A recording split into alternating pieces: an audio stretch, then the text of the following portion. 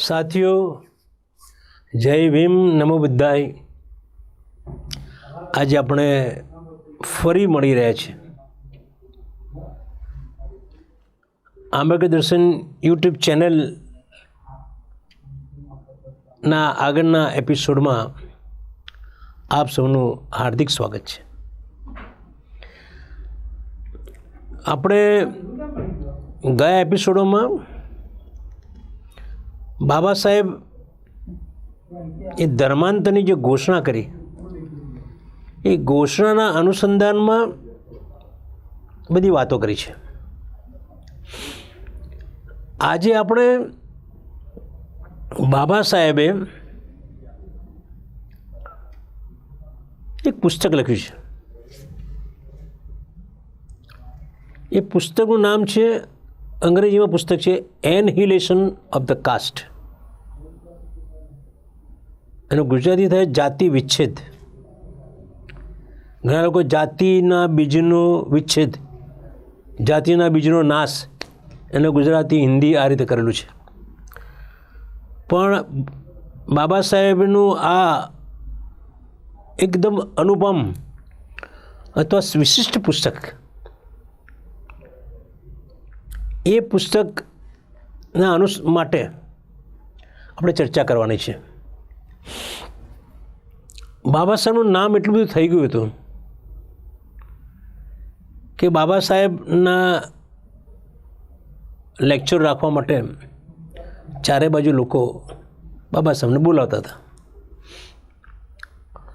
હવે લાહોરની જાત પાત તોડક મંડળ, લાહોરનું એક જાત પાત તોડક મંડળ, એ હાલ લાહોરમાં, એ તો પાકિસ્તાનમાં છે. જ્યારે ભારત આઝાદ નહોતું થયું ત્યારે એ લાહોર ભારતમાં હતો. તો એ જાત પાત તોડક મંડળની સ્થાપના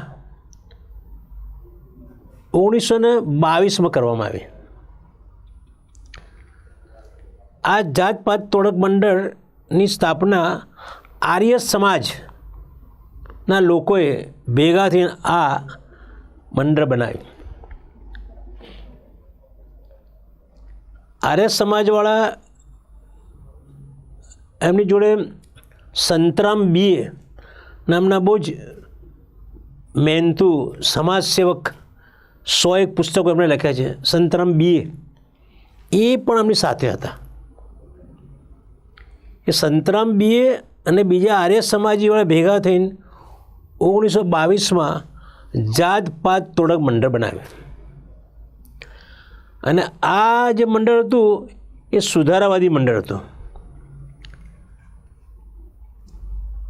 શબ્દ તમે સમજી શકો છો કે એની જાત પાત તોડક મંડળ, એ આ જે જાતિપાતી છે, જાતિવાદ, એને તોડવા માટેનું આ એક મંડળ હતું. એટલે એના કાર્યક્રમ આપતા હતા. સંતરામ બીએ તો આંતરજ્ઞાતીય લગ્નો કરાવતા હતા, સહભોજન કરાવતા હતા. એટલે બહુ સુંદર કામ 1922થી ચાલતું હતું. અને હમણાં આપણે 2022 ગઈ અને 100 વર્ષ પૂરા થઈ ગયા. જાત પાત તોડક મંડળની શરૂઆત થઈ એને 100 વર્ષ થઈ ગયા. એ જાત પાત તોડક મંડળના સંતરામ બીએ એમનું નામ, આખું નામ છે સંતરામ બીએ. એ સંતરામ બીએ લગભગ બહુ લાંબુ જીવ્યા, 92 વર્ષ જેવો જીવ્યા. એ સંતરામ બીએને બાબા સાહેબની કામગીરીથી બહુ માહિતગાર હતા અને એમનાથી ઇમ્પ્રેસ હતા અને એમની જોડે મિત્રતા પણ હતી.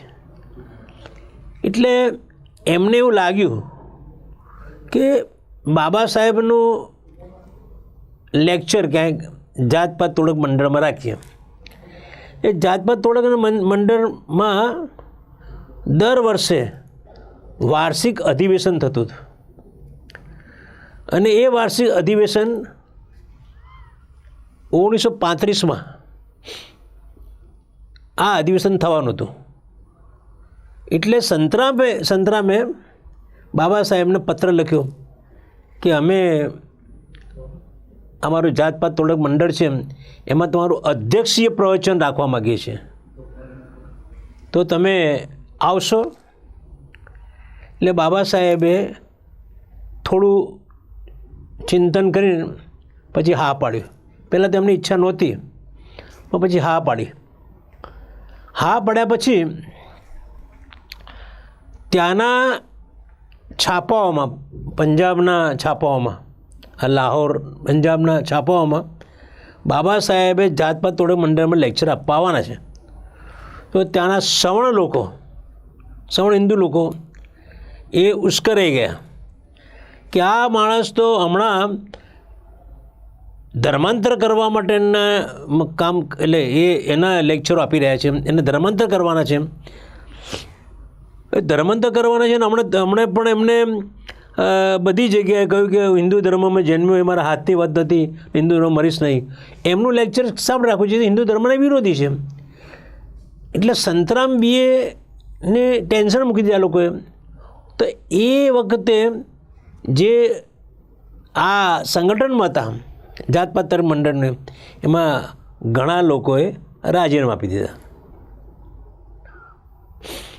4-5 જણા જે રાજીનામા આપી દીધા, એમાં જે ગોકુળસિંહ હતા, બીજા બધા 2-4 જણા માણસો હતા જેમને રાજીનામા આપી દીધા બાબા સાહેબના લેક્ચર આપવા આવવાના છે એના વિરુદ્ધમાં. એટલે બરાબર આ તો ઉહાપો થઈ ગયો. એટલે બાબા સાહેબને ખબર પડી કે આ લોકો અહીં ઉહાપો થયો છે. એટલે બાબા સાહેબને જાણવા માટે કે બાબા સાહેબ શું વિચારે છે, કે લેક્ચર આપવા માટે આવશે કે નહીં. એટલે બાબા સાહેબ માટે આ સંતરામે હર ભગવાન નામના એક વ્યક્તિને મુંબઈ મોકલ્યા. મુંબઈ મોકલીને બાબા સાહેબને પૂછ્યું કે તમે આવું લેક્ચર આપવા આવવાના છો? કે હું તો આવવાનો છું, તમારે જે હોય, હું તો મને કંઈ વાંધો નથી, તમને વાંધો ના હોય તો. પણ મેં છે ને આ જે લેક્ચર આપવાનું છે એ મેં તૈયાર કર્યું છે, ને તૈયાર કરીને મેં એની 1500 કોપીઓ છપાઈ છે. એટલે તમે આ એક કોપી લઈ જાઓ. એટલે એ કોપી લઈ જાય છે. ત્યાં જરા કોપી વાંચે છે તો પાછો ઓવાપો થાય છે.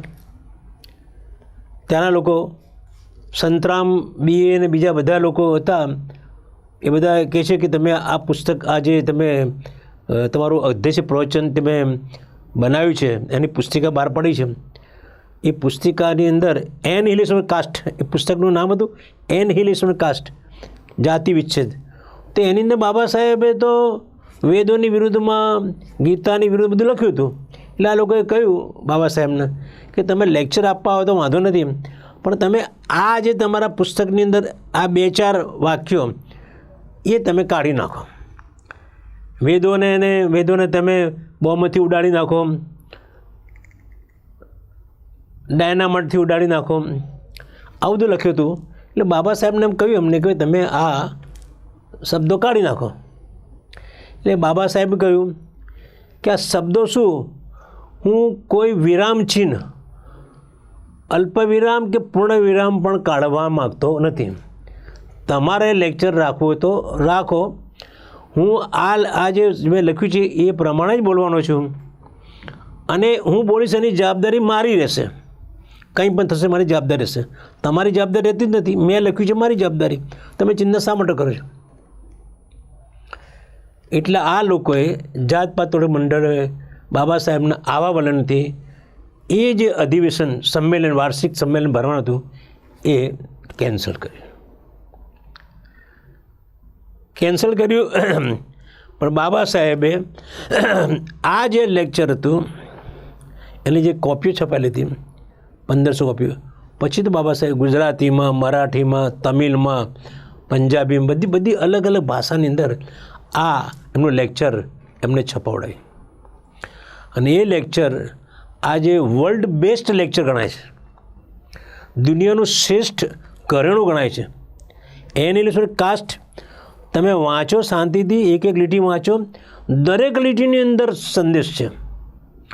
દરેક લીટીની અંદર ભારતની જ્ઞાતિ વ્યવસ્થા ઉપર એમની પ્રહારો છે. એમને જ્ઞાતિ વ્યવસ્થાનું શું થયું છે, એનું શું થશે, બધી જ વાત બાબા સાહેબ લખી છે.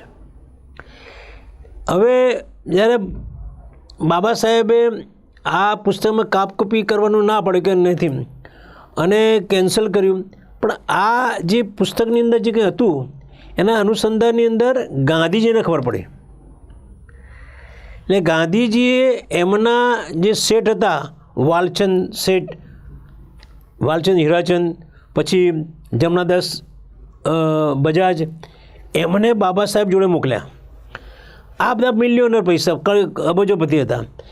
એટલે બાબા સાહેબ એટલા માટે મોકલ્યા કે આ બધા પૈસા અમને કે એમને લાલચ આપીને આ બધું બંધ કરાવો, ધર્માંતરનો હિન્દુ ધર્મ ના છોડે. તો આ જ્યારે બાબા સાહેબ જોડે ગયા, બાબા સાહેબ કહ્યું કે મારા માટે પૈસાની કોઈ કિંમત નથી. તમે ગમે તેટલા પૈસાદાર હોય, મારો સમાજ મહત્ત્વનો છે અને હિન્દુ ધર્મ હું છોડવાનો છું. જે હિન્દુ ધર્મ અમને માણસ ગણતા નથી એ હિન્દુ ધર્મમાં રહેવાનું નથી. એટલે આ શેઠ વાલચંદ અને શેઠ આપણા જમનાદાસ એ બંને નિરાશ થઈને પાછા આવ્યા. બાબા સાહેબે મચક ના આપી. એમને પૈસા એમના ગમે તે અબજોપતિ હતા. મારે તમારા પૈસાની શું જરૂર છે? મારે પૈસાની કોઈ જરૂર નથી. મારો સમાજ એ મારે પૈસા છે. મારો સમાજ છે, મારા સમાજ સુખી થશે, મારા સમાજને માન સન્માન મળશે, તો મારા માટે અબજો રૂપિયા છે. બાબા સાહેબને કહી દીધું કે મારે આ જોઈતું નથી.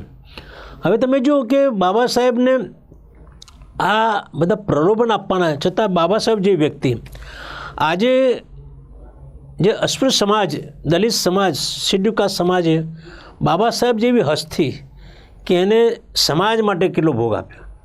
આ જગ્યાએ બીજો વ્યક્તિ હોય, જ્યારે આ શેઠ છે, અબજોપતિ આવ્યા હોય તો બધું કામ પડતું મૂકીને પૈસા લઈને બેસી જાય.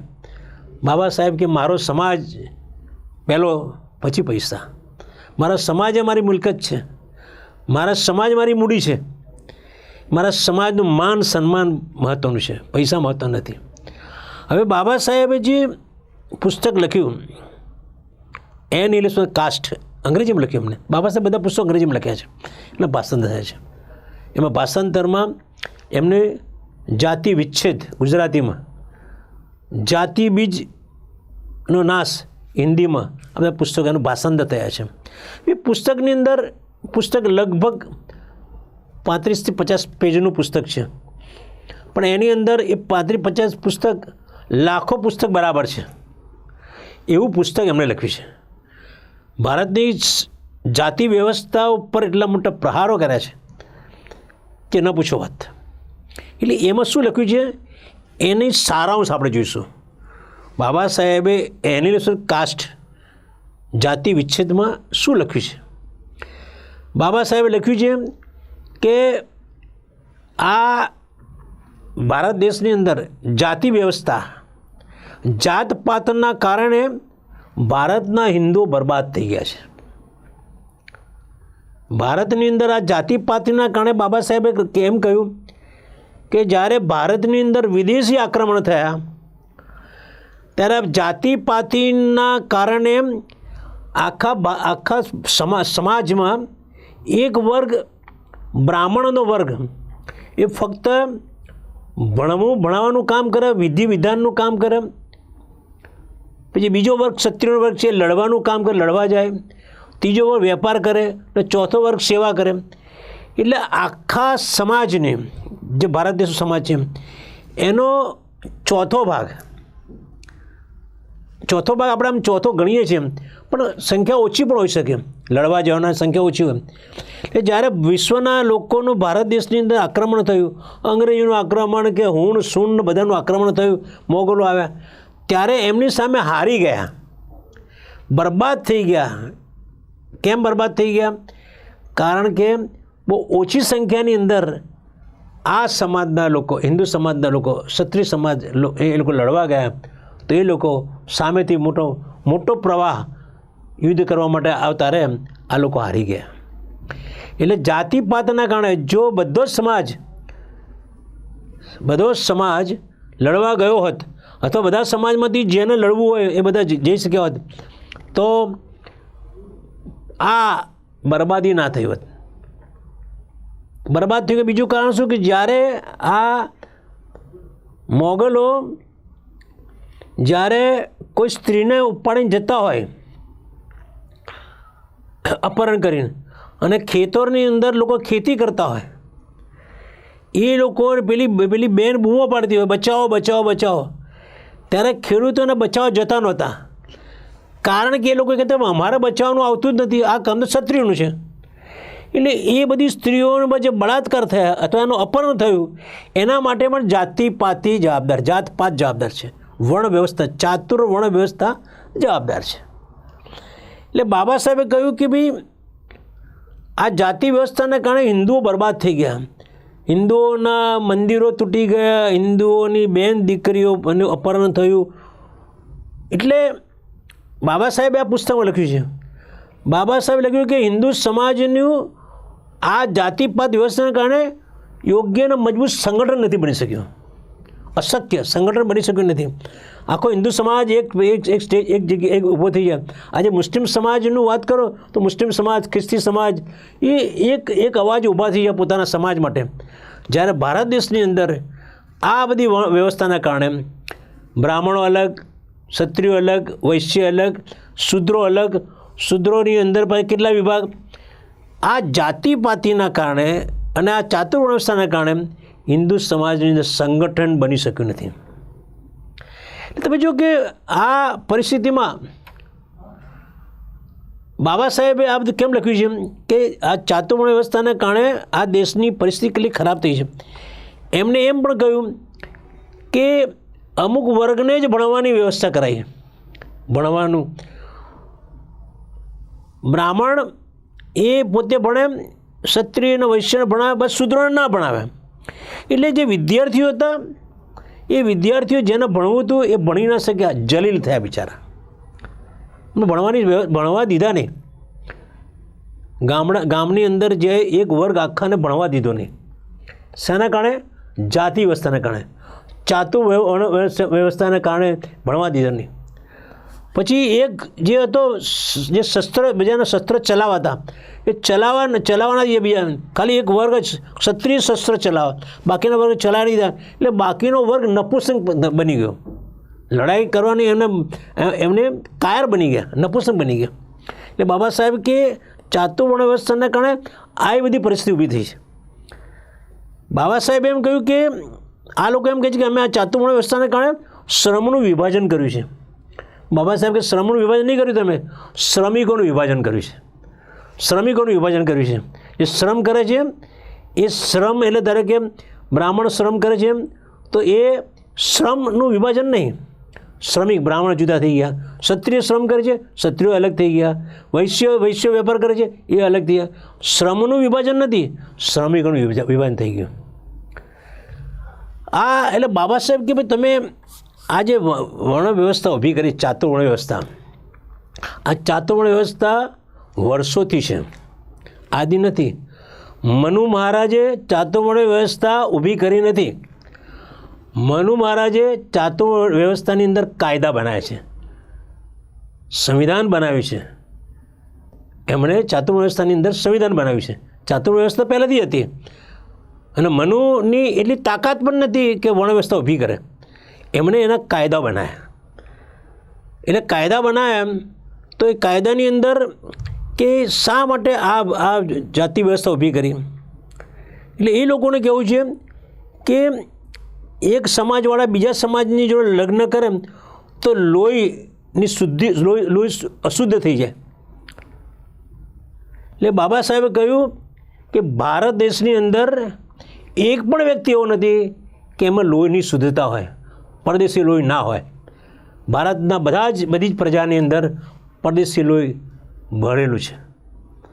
કોઈ ભારત દેશનો એક પણ માણસની લોહીની શુદ્ધતા નથી. બાબા સાહેબે આ કહ્યું છે. અને એ ડી.આર. ભંડારકર નામના એમને પુસ્તક લખ્યું છે, ડી.આર. ભંડારકરે.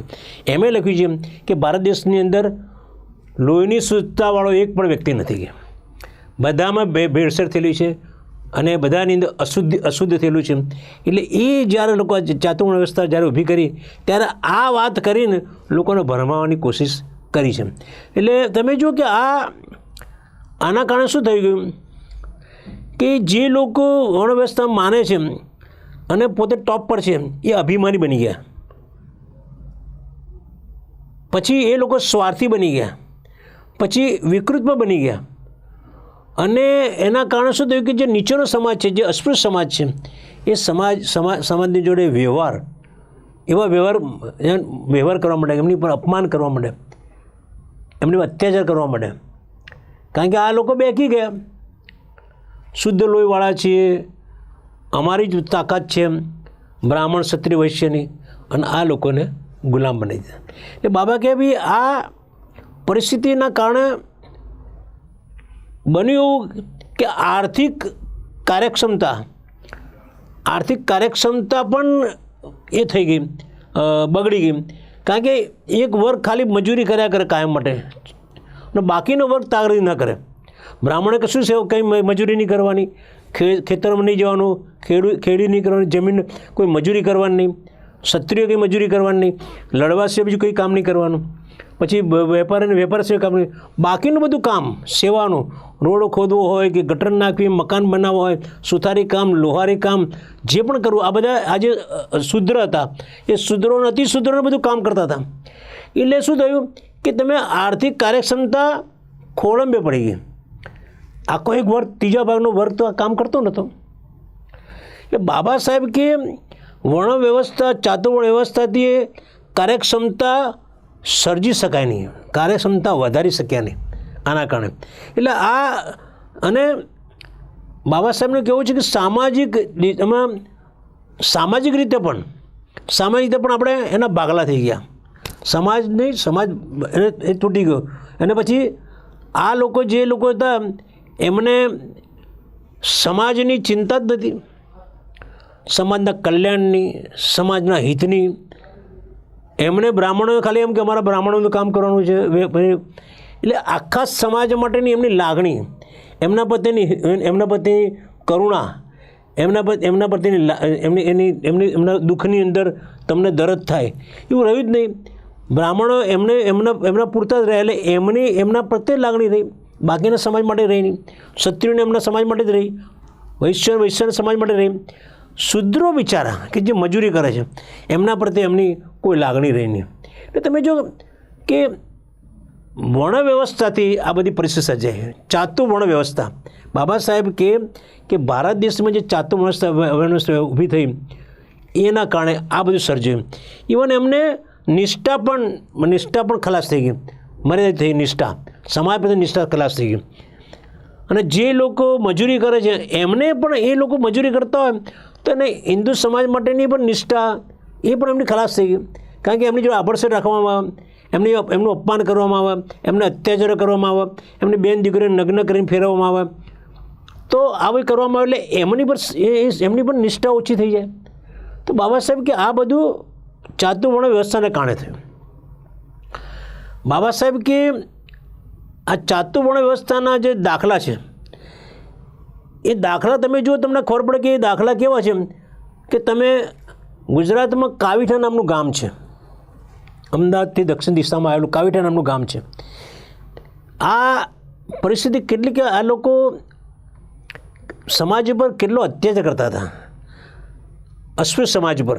બાબા સાહેબ કે વર્ણ વ્યવસ્થાના કારણે આ લોકોના જે મગજ જે બેકી ગયેલા, ઘમંડી થઈ ગયેલા, અભિમાની થઈ ગયેલા,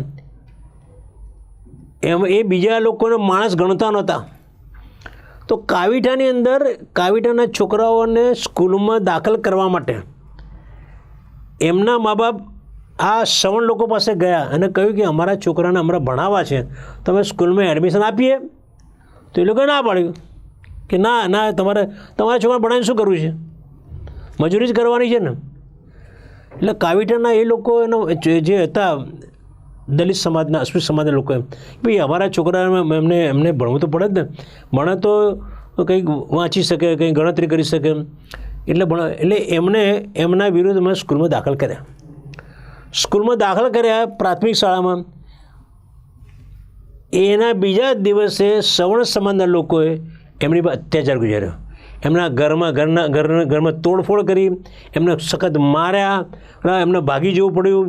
ઘર છોડી ભાગી જવું પડ્યું, બીજા ગામોમાં જતું રહેવું પડ્યું, કોર્ટમાં કેસ કરવા માટે જવા માટે રસ્તાની અંદર એ લોકો ધોકા લઈને ઊભા રહ્યા, દંડા લઈને ઊભા રહ્યા, કોર્ટમાં જઈ શકે નહીં.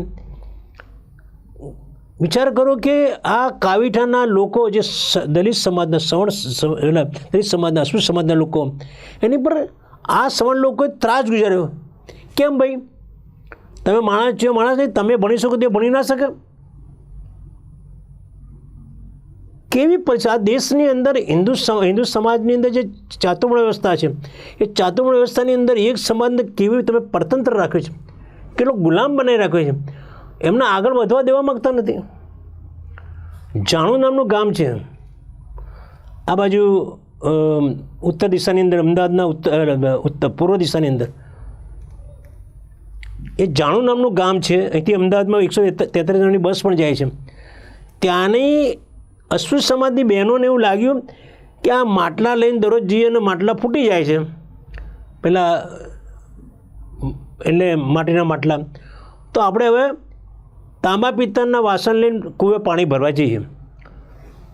તો આ લોકો તાંબા પિત્તળના વાસણને કૂવે પાણી ભરવા ગયા. સવર્ણ સમાજના ખબર પડી તો એમને લાકડીને બહેનોને મારી અને તાંબાના વાસણો બધું પડાવી લીધો. કે તમને તાંબાના વાસણો, પિત્તળના વાસણો પાણી ભરવાનો અધિકાર કોણે આપ્યો? તમારો અધિકાર નથી તમે તાંબા પિત્તળના વાસણમાં પાણી ભરવાનો, માટીના વાસણ પાણી ભરો. અમને માર્યા. બાબા સાહેબના આ જે પુસ્તક છે એ પુસ્તકમાં લખેલું છે, એની કાસ્ટની અંદર બાબા સાહેબે નોંધ્યું છે. કાવીઠાનું પણ નોંધ્યું છે, જાણું નોંધ્યું છે. તમે જો કે આ બધું કેવી પરિસ્થિતિ ખરાબ છે કે એ જમાનાની અંદર બાબા સાહેબ જ્યારે 1935-36માં પુસ્તક લખ્યું છે, 36ની અંદર, વિચાર કરો કે કેવી પરિસ્થિતિ હશે. આઝાદી પહેલાંની વાત છે. પછી ચકોડા નામનું ગામ છે રાજસ્થાનની અંદર, જયપુરની જોડે. ત્યાંના અસ્પૃશ્ય સમાજના લોકો કોઈ ધાર્મિક ફરવા ભરવા ગયા છે, જાત્રાએ ગયા છે. જાત્રાએ ગયા પછી એમને થયું કે અમે આટલી સરસ જાત્રાએ ગયા છે, તો આજે ગામના વાસના બધા સમાજના લોકોને, અસ્પૃશ્ય સમાજના લોકોને આપણે જમાડીએ, સારું જમાડીએ. એટલે એમને ઘીની આઈટમ બનાવડાવી અને ઘીની આઈટમ બનીને જમાડવાનું નક્કી કર્યું. તો સવર્ણ સમાજના લોકોને ખબર પડી કે આ અસ્પૃશ્ય સમાજના, દલિત સમાજના આ લોકો ઘી વાપરે, એમને ઘી વાપરવાનો અધિકાર કોણે આપ્યો? એટલે એ લોકો લાકડીને પહોંચી ગયા અને જે ખાવાનું હતું બધું ઢોળી નાખ્યું, ઘીની આઈટમ બધી ઢોળી નાખી, બધું તોડફોડ કર્યું, અને જે જમતા હતા એમના વાસણો ફેંકી દીધા, એમને માર્યા. કેટલા લોકોને માર્યા? લોહી લુહાણ કરી નાખ્યા. કોણે? સવર્ણ સમાજના લોકોએ. વિચાર કરો, બાબા સાહેબે આ પુસ્તકમાં લખ્યું છે, એની કાસ્ટની અંદર જાતિ વિચ્છેદ બાબા સાહેબ લખ્યું છે કે આ કેવા લોકો છે. હિન્દુ સમાજની અંદર રહેતા લોકો, હિન્દુ સમાજ, હિન્દુ ધર્મ પાળતા લોકો, હિન્દુ ધર્મમાં કારતક મહિનાથી આસો મહિના આવતા બધા તહેવારો ઉજવનાર, જાન્યુઆરીથી ડિસેમ્બર સુધી જે તહેવારો આવતા એ ઉજવનાર, જે સામાજિક રિવાજો છે, સામાજિક વ્યવહાર છે, હિન્દુ ધર્મ પ્રમાણે સામાજિક રિવાજ ક્રિયાકાંડો કરનાર, નવરાત્રિ ઉજવનાર, ઘરમાં માતાજીના ફોટા ભરાવનાર, ઘરમાં પૂજાપાઠ કરનાર, દરરોજ અડધો કલાક ઊંધા વળીને માતાજીના અને ભગવાનના નામે, એવા આ દલિત સમાજના લોકો, અને આ લોકો હિન્દુ ગણતા નથી. એમણે છોકરાઓને સ્કૂલે ભણવા દેતા નથી, એમને લશ્કરમાં જોડાવા દેતા નથી. તમારે શસ્ત્ર વાપરવાનો તમને અધિકાર નથી. વેપાર કરવા દેતા નથી. કોઈ શિડ્યુલ કાસ્ટ સમાજનો, દલિત સમાજના લોકો ગામની અંદર કોઈ દુકાન ખોલી શકતા નથી, વેપાર કરી શકતા નથી. ફક્ત તમારા મજૂરી કરવાની છે, તમારા સેવા કરવાની છે, તમારા ગુલામી કરવાની છે. બાબા સાહેબ કે આ પરિસ્થિતિ, તો આ જાતિ જે છે એનો વિચ્છેદ કરવો હોય, એની છે કાસ્ટ, તો એમાં બાબા સાહેબ કે હવે શું કરવું જોઈએ કે આ પરિસ્થિતિની અંદર? બાબા સાહેબના પુસ્તકમાં લખે છે કે આ બધું હોવાનું કારણ શું છે? કે જે ધર્મશાસ્ત્રોની અંદર અસ્પૃશ્ય સમાજ માટે જે લખ્યું છે કે અસ્પૃશ્ય સમાજ એ અપવિત્ર સમાજ છે, એમને અડવાથી અપવિત્ર થઈ જવાય, અડવાથી અપવિત્ર થઈ જવાય, એમનો પડછા લેવાથી અપવિત્ર થઈ જવાય, એમના પગલાં પડે, પગલાંમાં તમારા પગ પડે તો તમે અપવિત્ર થઈ જાઓ, એ થૂકે એની પર તમારા પગ પડે તમે અપવિત્ર થઈ જાઓ. એવા ઘણા ભારતના રાજ્યો છે, એવા રાજ્યો કે જ્યાં દલિત સંબંધને જુઓ એમાં અપવિત્ર થઈ જાય. એવા પણ લોકો છે કે જે ઘરની બહાર નીકળતા નથી, રાત્રે જ બહાર નીકળે. દલિત સમાજના લોકો રાત્રે જ બહાર નીકળે, દિવસે નીકળી શકતા નહીં. એમને જુઓ તો આ લોકો અપવિત્ર થઈ જાય, એટલે એમને ઘરની બહાર નીકળતા નહીં, રાત્રે જ બહાર નીકળે છે. આ પરિસ્થિતિ તમે જો કે આ પરિસ્થિતિમાં શું કરી શકાય? આખા ભારત દેશની અંદર એક આખો સમાજ માણસ છે, એમને તમારા જેવી આંખો છે, તમારા જેવું મગજ છે, તમારા જેવું કાન છે, નાક છે, હોઠ છે, હાથ છે, પગ છે, ફેફસા છે, હૃદય છે, લીવર છે, બરોડ છે, આંતરડા છે, બધું જ તમારા જેવું છે. હાથ પગ તમારાથી જુદું શું છે? શા માટે તમે એમને જો ભેદભાવ રાખો છો? શરમ આવી છે તમને લોકોને? અને આટલા બધા વર્ષ થયા, આઝાદીના 75 વર્ષ ઉજવ્યા છતાં પણ આજે ગામડાઓની પરિસ્થિતિ તમે છાપા ઉઘાડીને જુઓ, તમે દરરોજ તમે ભારતના એક પણ છાપો નહીં હોય કે જેમાં દલિત અત્યાચાર સમાચાર નહીં આવતા હોય. દરરોજ સમાચાર આવે. જે લોકો સમાચાર છાપતા નથી એ અલગ વસ્તુ છે, પણ જે લોકોને ખબર છે કે દલિતો પર અત્યાચાર થાય એ છાપા દરરોજ છાપે છે. દરરોજ છાપે એવા સમાચારો આવે. દલિત સમાજમાં અત્યાચાર ગુજારે છે. શું લઈ ખાધું? શું આ લોકોએ તમારો શું ગુનો કર્યો છે કે તમે આવો અત્યાચાર કરો છો? તો બાબા સાહેબ કે ગુનો છે. કયો ગુનો છે? વેદો અને શાસ્ત્રો, હિન્દુ ધર્મના વેદો અને હિન્દુ ધર્મના શાસ્ત્રો, એમાં એવું લખવામાં આવ્યું છે કે આ સમાજની એ અપવિત્ર સમાજ છે. દ્વારકાના શંકરાચાર્ય એમ કહે છે, દલિતોએ મંદિરમાં પ્રવેશ કરવો નહીં, એ પાપ છે. દલિતો મંદિર પ્રવેશ કરવો પાપ છે. વિચાર કરો, મંદિરમાં ભગવાન છે અને ભગવાન પાસે કોઈ માણસ જાય ગમે તે જાતિનો અને એની અંદર એને પાપ ગણવાનું? એવો કયો ધર્મ છે? મસ્જિદમાં કોઈ જાય, કોઈ બી મુસ્લિમ, તો એને પૂછે કે તમે કોણ છો? તો હિન્દુમાં કોઈ પણ જાય મંદિરની અંદર તો એમની જોડે તમે એ અસ્પૃશ્ય છે. મુંબઈની અંદર ભુલેશ્વર મંદિરની અંદર બાબા સાહેબે એ વખતે કહ્યું ભુલેશ્વર મંદિરમાં અમારે જવું છે. ભુલેશ્વર મંદિરને જાણ કરી કે અમે આવવાના છે મંદિરમાં. તો ભુલેશ્વર મંદિર તાળા મારી દે, મંદિરની અંદર મોટા તાળા મારી દીધા અને માટું બોર્ડ મારી દીધું કે આ મંદિર સવર્ણો માટે જ છે, અસ્પૃશ્ય લોકો આમાં પ્રવેશ કરવો નહીં. વિચાર કરો.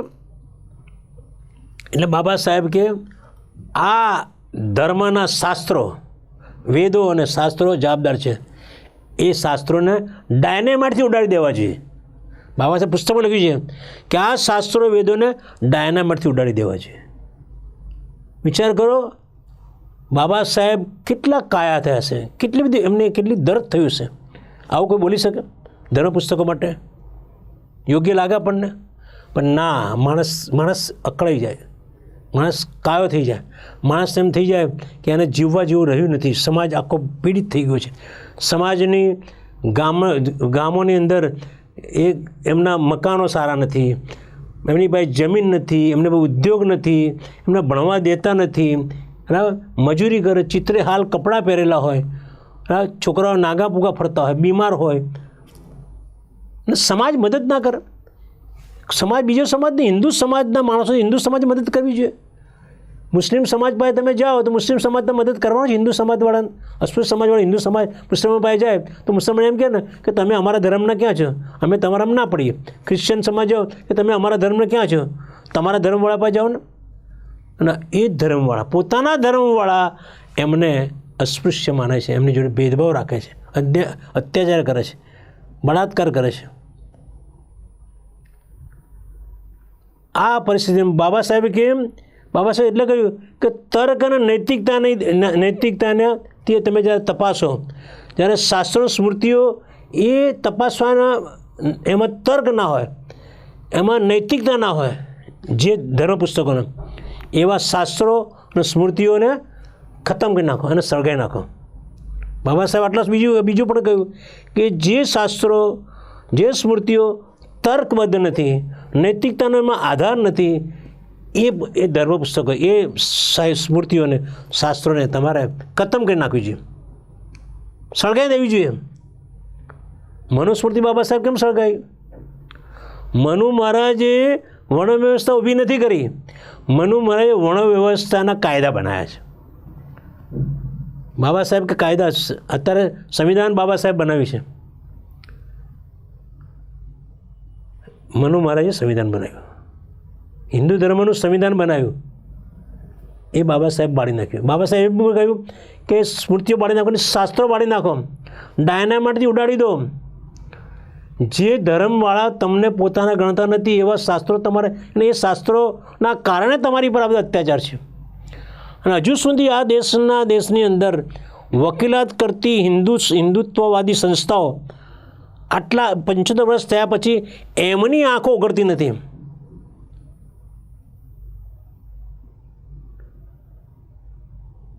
ક્યાં સુધી એ ચાલશે બધું?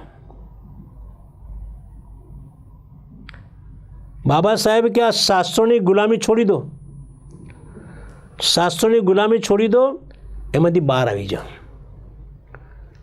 હું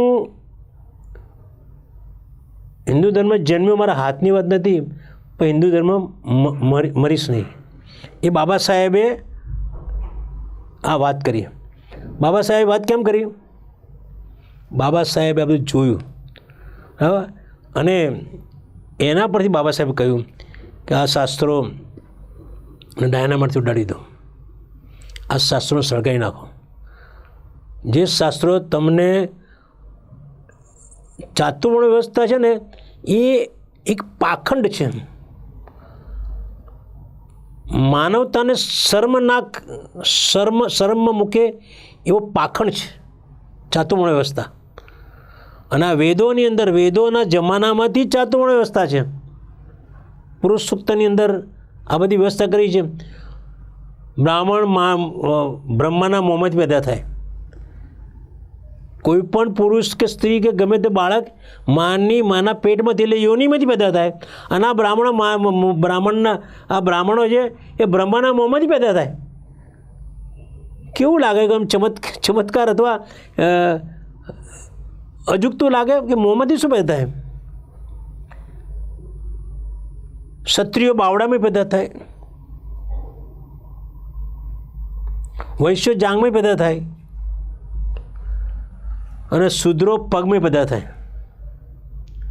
વિચાર કરો કેવી જાતના વિચારો આ વેદોમાં લખ્યા છે. કોણ બ્રહ્મા? કોણ?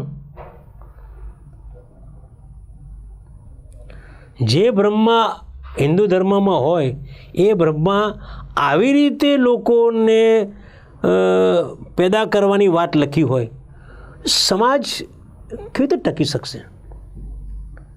સમાજ ટકવા માટે આ હિન્દુત્વવાદી લોકો, અત્યારે ભાજપ સરકાર સત્તા પર છે, હિન્દુત્વની વકીલાત કરતી રાજકીય સંસ્થા છે, સત્તાશાળી સંસ્થા છે, એમને પણ હું કહું છું કે તમે સત્તા પર છો તો આનો નિવડો લાવો. આ જે પુસ્તકો છે, જે પુસ્તકોની અંદર અસ્પૃશ્યોને અપમાનિત કર્યા છે, એ પુસ્તકોને સળગાવી નાખો, એ શાસ્ત્રોને સળગાવી નાખો. તમે જો રામાયણની અંદર શંભુકનો વધ આવે છે, રામાયણમાં શંભુકનો વધ આવે છે. એક બ્રાહ્મણી પોતાનું છોકરું, નાનું છોકરું મરેલું લઈને આવે છે રામના દરબારની અંદર. રામના દરબારમાં કહે છે ગજબ થઈ ગયો, રામ મહારાજા ગજબ થઈ ગયો. એટલે રામે પૂછ્યું શું ગજબ થઈ ગયો? કે બાળક જન્મે પછી મોટું થાય, યુવાન થાય, ઉંમરલાયક થાય, પછી ગળું થાય, મરી જાય, સમજી શકાય છે, કુદરતી ક્રમ છે. અને મારું બાળક જન્મ્યા પછી મરી ગયું, આ રાજ્યમાં કોઈ પાપ ચાલે છે, આ રાજ્યમાં કોઈ પાપ બહુ વધી ગયું છે, જેના કારણે મારું બાળક મરી ગયું છે. એટલે રામ તો ઉશ્કેરાઈ ગયા. કેવું કીધું બની શકે? મારા રાજ્યમાં કોઈ પાપ નથી, કે પાપ ચાલે છે તો જ મરી ગયો ને. એટલે પછી એમને નારદ મુનિને કહ્યું, ભાઈ તમે ટિપ્પણી જોઈને જુઓ ને ભાઈ કે આવું કંઈક થયું છે. એટલે નારદ મુનિ ટિપ્પણી જોયું અને કહ્યું કે આપણા રાજ્યની અંદર કોઈ શૂદ્ર એ ભગવાનનું નામ, એ શૂદ્રનું કામ ફક્ત મજૂરી કરવાનું છે, ભગવાનનું નામ લેવાનો અધિકાર નથી અમને, અથવા બ્રાહ્મણોનું કામ કરવાનો એમનો અધિકાર નથી. એટલે કોઈ એટલે આપણા રાજ્યમાં કોઈ શૂદ્ર એ બ્રાહ્મણનું કામ કરે છે, એ પાપ કરી રહ્યો છે, એટલે આ થયું છે. કે શું વાત કરો છો? કે તો શું કરવાનું? તો કે એમને તમે શોધી કાઢો, અને શોધો ક્યાં છે. એટલે પછી શોધખોળ ચાલે છે. એમાં રામ ફરતા હિમાલયની તળેટી બાજુ જાય છે, અને ત્યાં એમને તરસ લાગે છે, ભૂખ પણ લાગે છે. એટલે ત્યાં સૂતા એક આશ્રમ મળી જાય છે, અને આશ્રમની અંદર જાય છે ને એટલે બધા તરત જ ત્યાંથી અંદરના આશ્રમવાસીઓ અથવા જે લોકો હોય, આશ્રમમાં રહેતા લોકો, એ બધા બહાર આવ્યા. અને બહાર આવીને એમને આગતા પગે હાથ જોડીને આવકાર્યા, આવો. રામને તો ઓળખતા બધા, એટલે આવું કહ્યું. લઈ ગયા અંદર, ઠંડુ પાણી, શીતળ પાણી પીવડાવ્યું, ફળફળાદી ખાવા આપ્યા, અને એમને બહારથી આવેલા થોડો પવન નાખ્યો, અને બેસડા સારી રીતે, અને સારી વાતો કરી. એટલે રામ તો બહુ જ ખુશ થઈ ગયા, પ્રભાવિત થઈ ગયા કે આવા જંગલની અંદર આવો આશ્રમ કોઈ બનાવ્યો હોય, અને આટલો સારો અમારી આગતા સગતા કરી છે, હોસ્પિટાલિટી અમારી સારી કરી છે, તો આ તો સારું કહેવાય. એટલે એમને પૂછ્યું કે તમે આ કોણ ચલાવે છે? એટલે એ કે અમારા ઋષિ છે, શંભુક ઋષિ, એમને આ આશ્રમ બનાવે છે. એમ બહુ સરસ કામ કર્યું તમે શંભુક ઋષિ તો, કે આવો સરસ આશ્રમ ચલાવ્યા જંગલની અંદર. તો ક્યાં છે કે મારે એમને મળવું છે? તો કે અત્યારે ધ્યાનમાં બેઠા છે, બોલાવીએ છે. એટલે પછી ત્યાં જાય છે ને, અને શંભુક ઋષિનો કોલાહલના કારણે ધ્યાનમાંથી બહાર આવી જાય છે, અને તરત રામ જોડે આવે છે. રામ એમને પગે લાગે છે, અને એમને વખાણ કરે છે કે તમે હવે જંગલની અંદર આટલું સરસ આશ્રમ બનાવ્યો છે, અને આટલું સરસ અમારી આગતા સ્વાગતા કરી, હું ખુશ થઈ ગયો તમારા કામથી.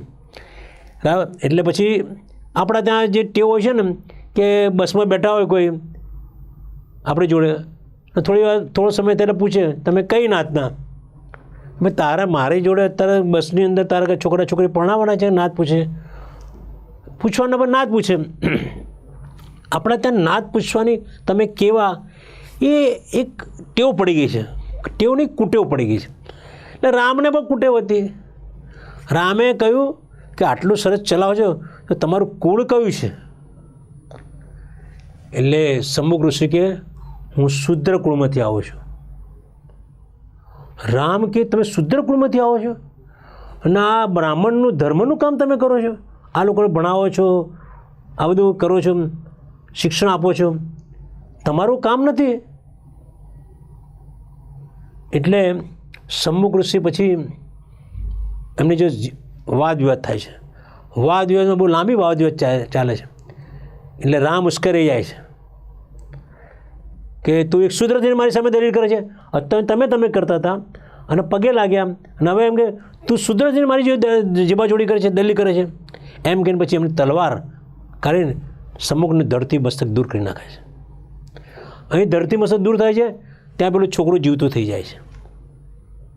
આ રામાયણની અંદર તમે જુઓ કે ધર્મ પુસ્તકો શૂદ્રો માટે, અસ્પૃશ્યો માટે કેવી વાર્તાઓ બનાવી લખી છે. એમાં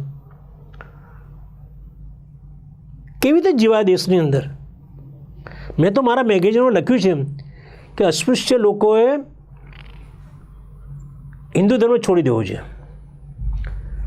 હિન્દુ ધર્મ છોડી દો.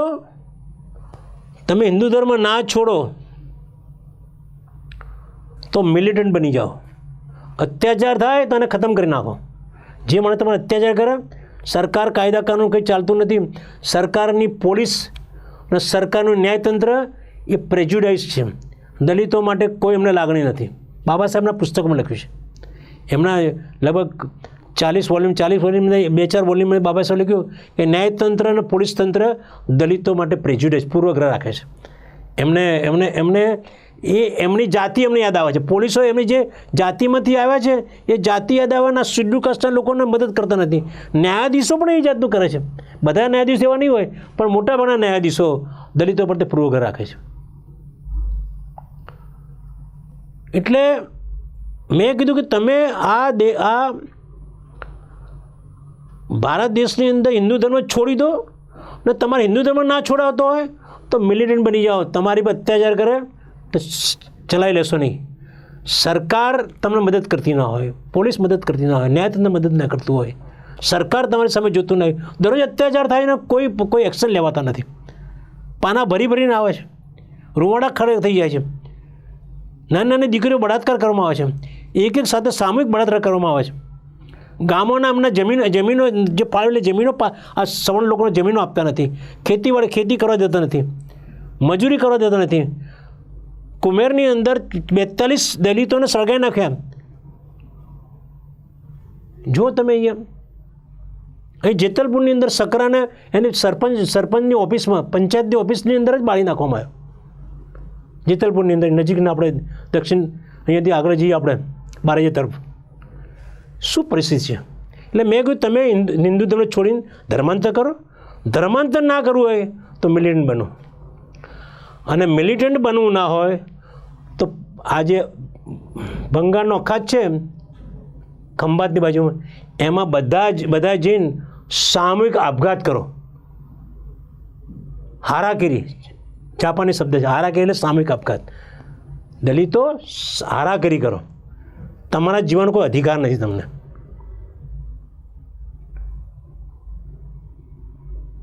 जुल्म करने वाले से जुल्म सहने वाला ज़्यादा गुनहगार होता है.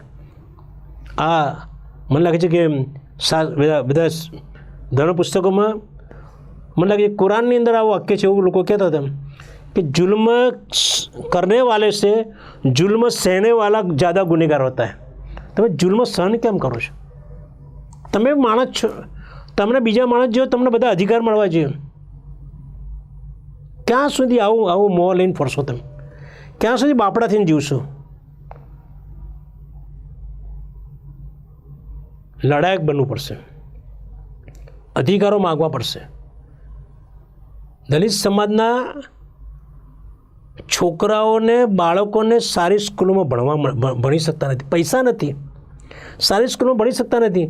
મારી જોડે મારા એક ડૉક્ટર બેન છે, હું જ્યાં નોકરી કરું છું, ડૉક્ટર જેબા કરીને બેન છે, મારા જ્યાં હું નોકરી કરું ત્યાં ડૉક્ટર છે. એ કે આ અનામત પ્રથા કાઢી નાખવી જોઈએ. મેં કીધું એક માણસ અપંગ છે અને બીજો માણસ બે પગ છે, સારા પગ, એને કોઈ જગ્યાએ દોડાઈએ, હરીફાઈ કરીએ તો અપંગ માણસ એ પહેલાંની જોડે હરીફાઈ કેવી રીતે કરશે? જે સમાજના લોકો પાસે આવકનું સાધન નથી, ઝૂંપડપટ્ટીમાં રહે છે, ખાવાના ફાંફા, સવારે જાય સાંજે ખાવાનું તેલ મરચું લાવે, તે લોટ લાવે, બાંધે, તારે ખાધા ભેગા થાય, સતત મજૂરી કરે. છોકરાઓને સારી સ્કૂલોમાં એડમિશન મળતા નથી, પૈસા નથી એડમિશન મળે, મ્યુનિસિપાલિટીમાં જાય છે. મ્યુનિસિપાલિટીની અંદર બધા શિક્ષકો સારું ભણાવતા નથી. ત્રણનો ઘડીઓ ના આવડતો હોય, બરાબર, દાખલા ગણતર ના આવડતા હોય. મ્યુનિસિપાલિટીમાં સારી સરકારી સ્કૂલોમાં સાહેબો બરાબર ભણાવતા ના હોય. અને એ સરકારી સ્કૂલોમાં ભણતા લોકો, જે લોકો સારી સેન્ટ ઝેવિયર્સ ને એ બધી સ્કૂલોમાં, લોયલ આ બધી સ્કૂલોમાં ભણતા હોય, એમની જોડે હરીફાઈ કરવા જાઓ તમે તો તમારી ટકાવારી ઓછી. તમે કેવી રીતે મેડિકલમાં જઈ શકો? તમે એન્જિનિયર કેવી રીતે જઈ શકો? અનામત અનિવાર્ય છે. અનામત વગર ચાલી શકે એવું નથી. અને હવે તો જ્યાં લોકોએ અનામત કાઢી જ નાખી છે. નોકરીઓમાં અનામત નથી, બધી પ્રાઇવેટાઇઝેશન થઈ ગયું છે. અને બધી મેડિકલ કોલેજો એ પૈસાવાળી મેડિકલ કોલેજ થઈ ગઈ છે. જે છોકરાઓની પાસે 35% છે, જે પૈસાદાર કરોડપતિ છે, 35% છે, એમને પૈસા આપીને મેડિકલ એડમિશન અપાય છે, ત્યારે એમને મેરિટ જોવા નથી મળતું. ત્યારે મેરિટ નહીં જોવાનું. પણ આ જ્યારે અસ્પૃશ્ય સમાજના લોકો, એમને સગવડ નથી અને જ્યારે ટકાવારી એમનાથી ઓછી આવે ત્યારે મેરિટ જોવામાં આવે છે. જે લોકો પૈસા આપીને મેડિકલ કોલેજમાં દાખલ થાય છે એ લોકોને મેરિટ જોવામાં નથી આવતા. દલિત સમાજને કેટલો ત્રાસ, ચારે બાજુ ત્રાસ છે. 2 ટાઈમ ખાવા માટે એમ ફાંફા પડે છે. ઘણીવાર કહેવામાં આવે કે દલિત સમાજ લોકો નોનવેજ કેમ ખાય છે? ભાઈ ભીંડાના ભાવ જુઓ, તમે ટામેટાના ભાવ જુઓ. આ લોકો બિચારા રોજી આખા દિવસમાં મજૂરી કરીને ઘેર આવ્યા હોય, છોકરાને ભણાવવાના હોય, ઘરના બીજા બધા ખર્ચા હોય, ખાવાનું શું ખાઈ શકે? નોનવેજ લાવે, 100 ગ્રામ લાવે, એમાં 2 લોટા પાણી રેડીને બનાવીને ખાય, રોટલો ચોળીને ખાય તો પેટ ભરીને ખાઈ શકે. એટલે બિચારા નોનવેજ ખાતા હોય છે. નોનવેજ ખાવાની એમને જરૂર નહીં હોતી. એમને ભીંડાનું શાક ભાવે છે, એમને બીજા સારી શાકભાજીઓ અને સારા મિષ્ટાનો ભાવે છે. પૈસા નથી, હોટલમાં જવાના પૈસા નથી. અમદાવાદ ભારત દેશની અંદર તો અત્યારના રવિવારે સવર્ણ સમાજના લોકો, પૈસાદાર લોકો ઘેર જમતા જ નથી, ઘેર ખાવાનું બનાવતા નથી, હોટલમાં જ જમે છે. અને આ મજૂરી વર્ગ માંડ 2 છેડા ભેગા કરે છે. એ છોકરાને ભણાવી શકતા નથી. ઘરમાં બીમાર પડે જ્યારે જે મજૂરી કરતો માણસ, તો ઘરનું આખું આર્થિક તંત્ર ખોરવાઈ જાય છે.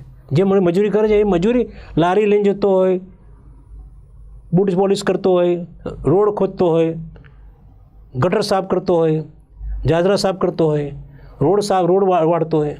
એ લોકો કેવી રીતે ભાઈ જ્યારે એ બીમાર પડે તો ઘરનું આખું આર્થિક તંત્ર તૂટી જાય છે. તો બાબા સાહેબે કહ્યું કે એનિલિસ્ટ કાસ્ટની અંદર બાબા સાહેબે કહ્યું કે હિન્દુ ધર્મ છોડી દો અને આ બધા શાસ્ત્રોની પર ડાયનેમાઇટ બધા સળગાઈ નાખો, તોડી નાખો. છતાં બાબા સાહેબે આ હિન્દુ ધર્મને ટકાઈ રાખવા માટે એમને થોડા સૂચનો કર્યા છે. પહેલું સૂચન એ કર્યું કે હિન્દુ ધર્મની અંદર એક માન્ય ગ્રંથ, ધાર્મિક ગ્રંથ હોવો જોઈએ. જે રીતે કુરાન છે, કુરાન એટલે કુરાન સિવાય બીજું કશું જ વાંચવાનું નહીં. જે રીતે બાઇબલ છે, બીજું કશું વાંચવાનું નહીં. એ રીતે હિન્દુ ધર્મનો એક ગ્રંથ હોવો જોઈએ, ધાર્મિક ગ્રંથ. એ સિવાય બીજા કોઈ ધર્મગ્રંથ તમારે એના માન્ય ગણવાનું નહીં. આ હિન્દુ ધર્મનો અને એ જ ધર્મગ્રંથ માન્ય ગણવાનું. બધાએ એક જ ધર્મગ્રંથ. બાબા સાહેબ સૂચન કર્યું છે કે હિન્દુ ધર્મવાળાએ એક માન્ય ગ્રંથ બનાવવો છે. બીજું, વંશ પરંપરાગત જે બ્રાહ્મણો વિધિ કરે છે, એ વિધિ એ પરંપરાગત નીકળી જવી જોઈએ. બ્રાહ્મણોએ આ બધી જે ધાર્મિક વિધિ કરે છે, મંદિરોમાં જે બધી વિધિઓ કરે છે, એ બધી વિધિઓ બાબા સાહેબ કે આ લોકોને વંશ પરંપરાગત બ્રાહ્મણ જે ક્રિયાકાંડ કરે છે એ બંધ કરાવી દઈને ભારતની અંદર આ ક્રિયાકાંડ કરવા માટે અથવા આ માટે એની પરીક્ષા લેવામાં આવે, એને ટ્રેનિંગ આપવામાં આવે. પહેલાં ટ્રેનિંગ આપીને પરીક્ષા લેવામાં આવે અને પરીક્ષા લીધા પછી એમને સનદ આપવામાં આવે, સર્ટિફિકેટ આપવામાં આવે અને એમને સરકારી નોકર તરીકે પગાર સાથે એમને વિધિ કરવા માટે મૂકવા જોઈએ. જે માણસ બ્રાહ્મણ સમાજ જેનું એ જ વિધિ ના કરે, આ લોકોને એ લોકો સિવાય બીજા કોઈ વિધિ કરે નહીં. બીજા કોઈ વિધિ કરે તો એને સારામાં સારી શિક્ષા, કડકમાં કડક શિક્ષા કરવામાં આવે. જેની પાસે સનદ ના હોય, જેને સર્ટિફિકેટ સરકારી જે આ વિધિ વિધાન કરવા માટે ટ્રેનિંગ આપ્યું અને એનું સર્ટિફિકેટ ના હોય, એ વિધિ વિધાન ના કરે. આ બાબા સાહેબ સૂચવ્યું છે. વિચાર કરો, બાબા સાહેબે કેટલું ચિંતન કર્યું છે કે આ રીતે જો કરવામાં આવે તો આ બ્રાહ્મણવાદના કારણે જે ભાગલા થયા છે એ તૂટી જાય. એટલે બાબા સાહેબે આ સૂચનો કર્યા છે કે જ્યાં સુધી આવું કરવામાં નહીં આવે ત્યાં સુધી તમે કશું જ, એટલે પુરોહિતવાદ તમારે નાબૂદ કરવો પડશે. અને આ પુરોહિતવાદ જે છે એ પુરોહિતવાદના કારણે આ બધા પ્રશ્નો સર્જાય છે. એટલે આ બાબા સાહેબનું કહેવું છે કે બ્રાહ્મણવાદ, પુરોહિતવાદ કાઢવો હોય તો એક ધર્મ પુસ્તક હોવું જોઈએ હિન્દુઓનું, એક પુસ્તક, જો કોઈ પુસ્તકની માન્ય નહીં ગણવાના, એ પુસ્તક એક ધર્મ પુસ્તક. પછી બ્રાહ્મણો ખાલી જેના જ વંશ પરંપરાગત જે જન્મ્યા હોય, જન્મજાત બ્રાહ્મણ હોય, એ વિધિ ના કરે. ભારત સરકાર એના માટે ટ્રેનિંગ આપે. ભારતના કોઈ પણ વ્યક્તિ, કોઈ પણ સમાજનો કોઈ પણ વ્યક્તિ એ ટ્રેનિંગ લે, ટ્રેનિંગ નહીં, પછી પરીક્ષા પાસ કરે, એને સર્ટિફિકેટ આપે, એને સનદ આપે, અને એ જ વિધિ આખા ભારતમાં વિધિ કરે, જ્યાં જે વિધિ કરવાની, અને એમને પગાર આપવામાં આવે, અને એના માટે મર્યાદા રાખવામાં આવે. અમુક જ મર્યાદાની અંદર આ લોકો બનાવવામાં એમની ટ્રેનિંગ એટલે સંખ્યા નક્કી કરે, અમુક સંખ્યાની અંદર, અને એમને સમય નક્કી કે ભાઈ આટલા વર્ષ સુધી આ લોકો આ વિધિ કરશે, પછી બીજા લોકોને પછી પરમિશન આપી શકાય. તો આ જે કરવાથી ભારત દેશની અંદર આ જે બ્રાહ્મણવાદ પુરોહિતવાદ જે એ ખીલ્યો છે, અને એના કારણે દેશની અંદર જે જ્ઞાતિ વ્યવસ્થા ઊભી થઈ એ જ્ઞાતિ વ્યવસ્થા તૂટી જાય. એટલે આ જે વાત છે એ બાબા સાહેબે હિન્દુ ધર્મને ટકાઈ રાખવા માટે આ બધા સૂચનો કર્યા છે. એટલે બાબા સાહેબે જે પુસ્તક લખ્યું છે એની કાસ્ટ, જાતિ વિચ્છેદ, એ બધાએ વાંચો. બાબા સાહેબની એટલી બધી હિંમત છે એમને, અને એટલી બધું લખ્યું છે એમને. તમને લાગે છે કે બાબા સાહેબ એક વસ્તુને લખી.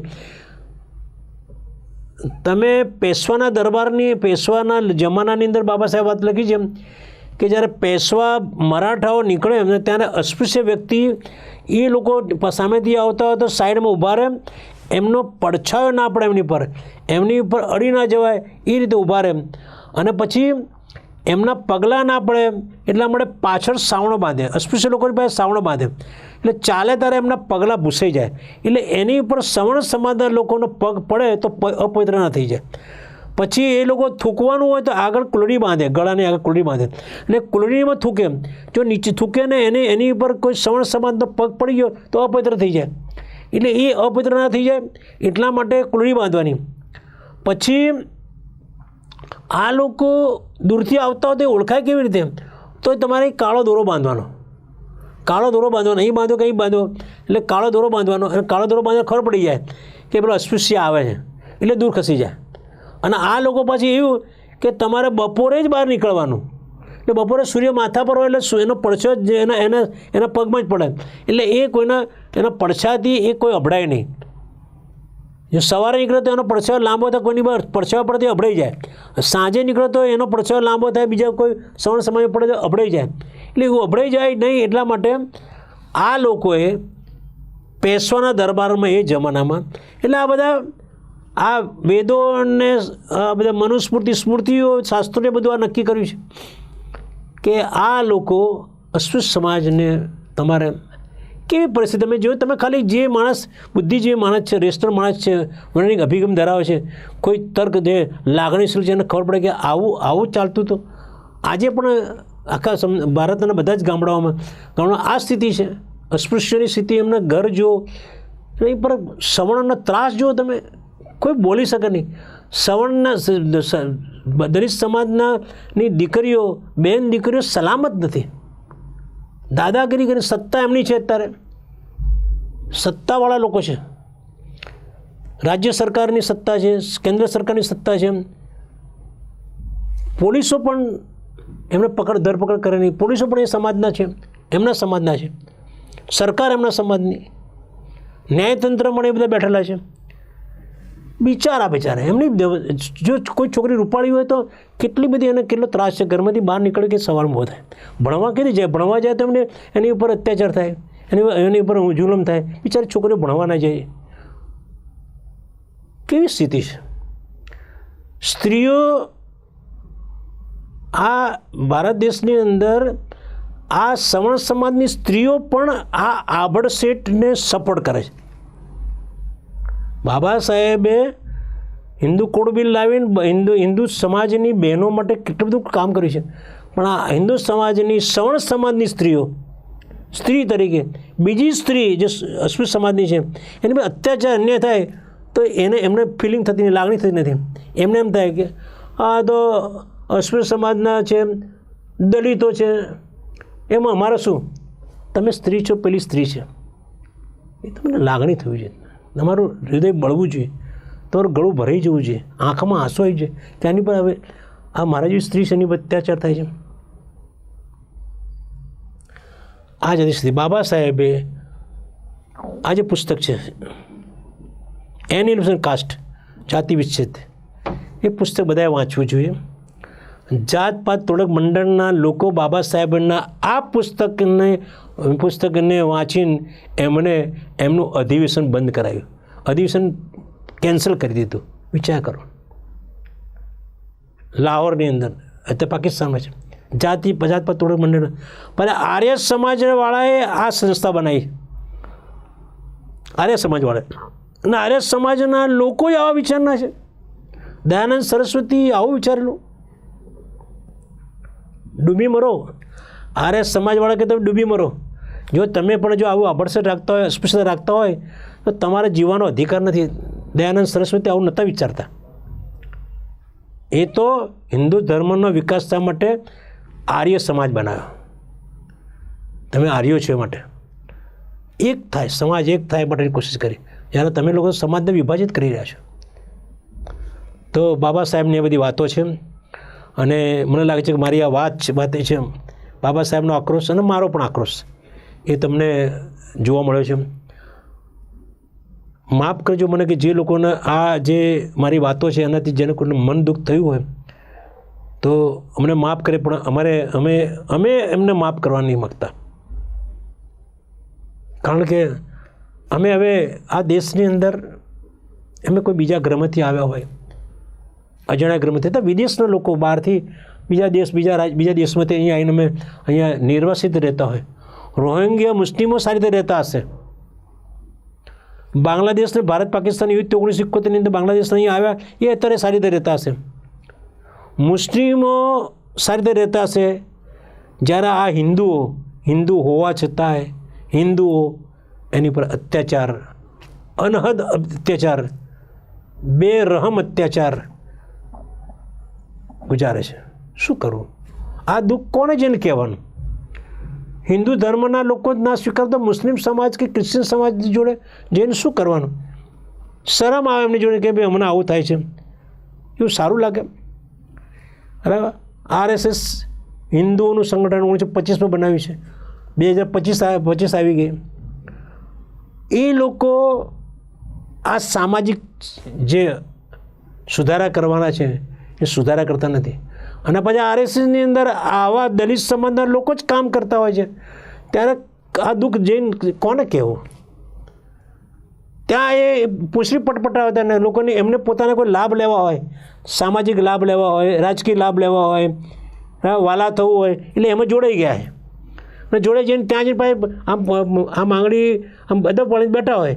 પેલા લોકો બોલતા ત્યારે દલિત સમાજ અંદરથી કે હું તો ઢેડ છું, દલિત સમાજનો છું, એટલે એ બોલતા જ ના હોય. આમ કશું કોઈ પોતાનો રિસ્પોન્સ પણ ના આપે, પોતાનો ઓપિનિયન પણ ના આપે. ત્યાં કહે નહીં કે અમારા સમાજ અત્યાચાર થયો છે, આજે આ થયો છે, એ ત્યાં કહે નહીં. કારણ કે વાલા થવાનું છે, કાલે ટિકિટ લેવાની છે, કાલે નોકરીની અંદર કોઈ પ્રમોશન લેવાનું છે, નોકરી છોકરાને અપાવવાની છે. વાલા થવા માટે દલિત સમાજના લોકો RSSમાં જોઈન થયા પછી ત્યાં પોતાના સમાજની રજૂઆત કરતા નથી. તમે જોડાવાનો વાંધો નથી, પણ સમાજની જે અન્યાય થાય, અત્યાચાર થાય છે, જે જુલમ થાય છે, એની રજૂઆત તો કરો, એનો ઉકેલ તો લાવો. ભાજપમાં જોઈન થનાર લોકોને કહેવાનું, પેલા સંસદ સભ્ય બની ગયા છે આપણા દિનેશભાઈ, એમને કહું છું કે તમે સંસદમાં જઈને શું કરો? શું કરો જઈને તમે? આ ગુજરાત કે ભાજપ તમે સંસદ બનેલા આખા ભારતના સંસદ સભ્ય ગણો. તમે તારે ચૂંટવા માટે ખાલી ગુજરાત છે અને ચૂંટવા માટે ખાલી ભાજપ પક્ષ છે, પણ તમે આખા ભારતના દલિત સમાજના સંસદ સભ્યો છો.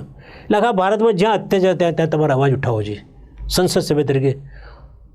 પણ જઈને તમે શું કરો છો?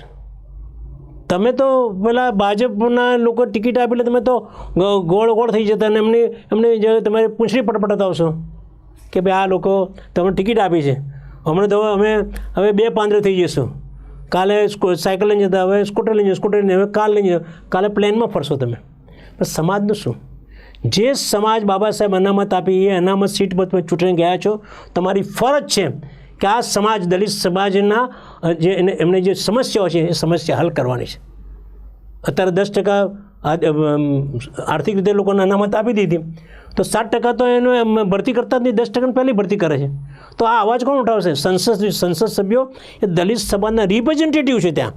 ત્યાં સંસદમાં જે ચાલતું એ આંખ ઉગાડીને જોવાનું છે શું તમે કરો છો. અને ત્યાં જ્યાં કંઈ ખોટું થયું ત્યાં બોલવાનું છે અને બહાર આવીને બહાર જે કંઈ જતું હોય ત્યાં રજૂ કરવાનું છે, ત્યાં સાંભળવાનું છે, બહાર જે સમસ્યાઓ છે રજૂ કરવાની સંસદની અંદર. પણ તમે સંસદમાં જઈને તારી મોં અવકાશીને જ્યારે તમારા નેતા કંઈ બોલે ત્યારે તાળીઓ પાડવાની, વાહ હા હા કરવાનું છે, પેલા કોંગ્રેસવાળા બોલતા તેને વિરોધ કરવાનો છે. આ કામ છે. તમે દલિત સમાજની અનામત સીટ પર ચૂંટ્યા, તમારા મગજમાં એવું દલિત સમાજના આખા ભારતમાં કયા અત્યાચાર થાય છે, કયા અન્યાય છે, કઈ એમને કેટલા લાભ થવા જોઈએ, ગુજરાતમાં કેટલા લાભ થવા જોઈએ, અમદાવાદમાં શું સમસ્યા છે, આ બધું કામ કરવાનું છે. પણ આપણા સંસદ સભ્યો, આપણા ધારાસભ્યો, આપણા કોર્પોરેટરો, આપણા પંચાયત સભ્યો એ આ જે પક્ષમાં તમે આવ્યા છે એ પક્ષના ગુલામો છે. આ લોકો સમાજનું કામ કરતા નથી, એ પક્ષના ગુલામો છે. એમને આ 5 વર્ષ માટેની ચિંતા નથી, આવનારા 5 વર્ષમાં ટિકિટ મળશે કે નહીં એના માટે આ વખતે આ 5 વર્ષ બોલતા નથી. તો બાબા સાહેબે જે એની કાસ્ટ કહી છે એ આક્રોશમાં કહ્યું કે આ સમાજને જે અન્યાય થઈ રહ્યો છે એ અન્યાયનો એમને અવાજ ઉઠાવ્યો છે. અને એમાં આ એનિલિસ્ટ કાસ્ટ જાતિ વિશે નામનું પુસ્તક એમણે લખ્યું છે. અને એ પુસ્તક એવું લખ્યું કે જેના કારણે જાત પાત તોડક મંડળે એમનું અધ્યક્ષીય પ્રવચન કેન્સલ કર્યું. વિચાર કરો, એ 1922 બનેલી સંસ્થા, આ સંસ્થાએ આ લેક્ચર કેન્સલ કર્યો.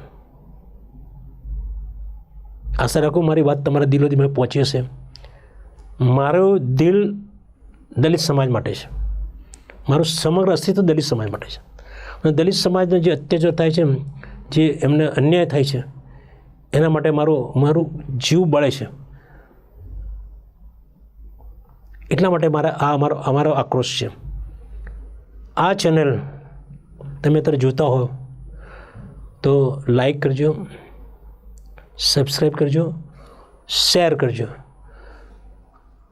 આ માર્ચના એન્ડ સુધીમાં તમે આને વધારે સબસ્ક્રાઈબ કરશો, વધારે શેર કરશો, વધારે જોશો તો મારું આ યુટ્યુબ ચેનલ સતત ચાલુ રહેશે. નહીં તો મારે વર્ષ પૂરું થાય છે. વર્ષ પૂરું થાય એટલે મારે ફરી આ ચેનલ એને મૂકવી પડે. તો તમે આ ચેનલ સતત ચાલુ રહે એ માટે તમે બધાને તમને ખાસ વિનંતી છે કે આ ચેનલને વધારે લોકો જોવે, વધારે શેર કરો. તમારા જેટલા ગ્રુપ છે એકના અનેક ગ્રુપોની અંદર છે, એક ગ્રુપમાં મૂકો, એ લોકો બીજા ગ્રુપમાં મૂકે, ત્રીજા ગ્રુપમાં મૂકે, હજારોની સંખ્યામાં, લાખોની સંખ્યામાં આ ચેનલ જોવામાં આવે, લેક્ચર સાંભળવામાં આવે. તો દલિત સમાજની જે લાગણીઓ છે, જે વેદનાઓ છે એ વ્યક્ત થઈ શકે. આજે નહીં તો કાલે આપણી આ વેદનાઓના અવાજ ઉઠાવનાર કોઈ પાકશે, બાબા સાહેબ જો કોઈ પાકશે અને દલિત સમાજનો દર પીટી શકશે. Thank you. જય ભીમ, જય ભારત.